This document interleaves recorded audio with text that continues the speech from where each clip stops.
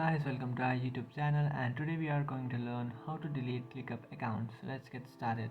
So if you want to delete your ClickUp account, what you can do is just open up your ClickUp application.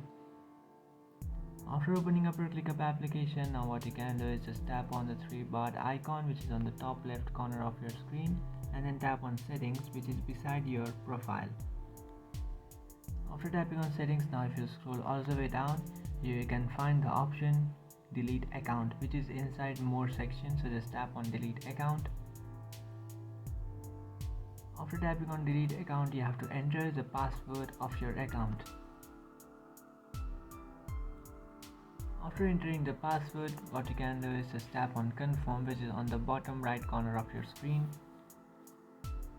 After tapping on confirm, here you can see that's it, what a journey it's been. You have successfully deleted your account. So just tap on done and you have successfully deleted your ClickUp account.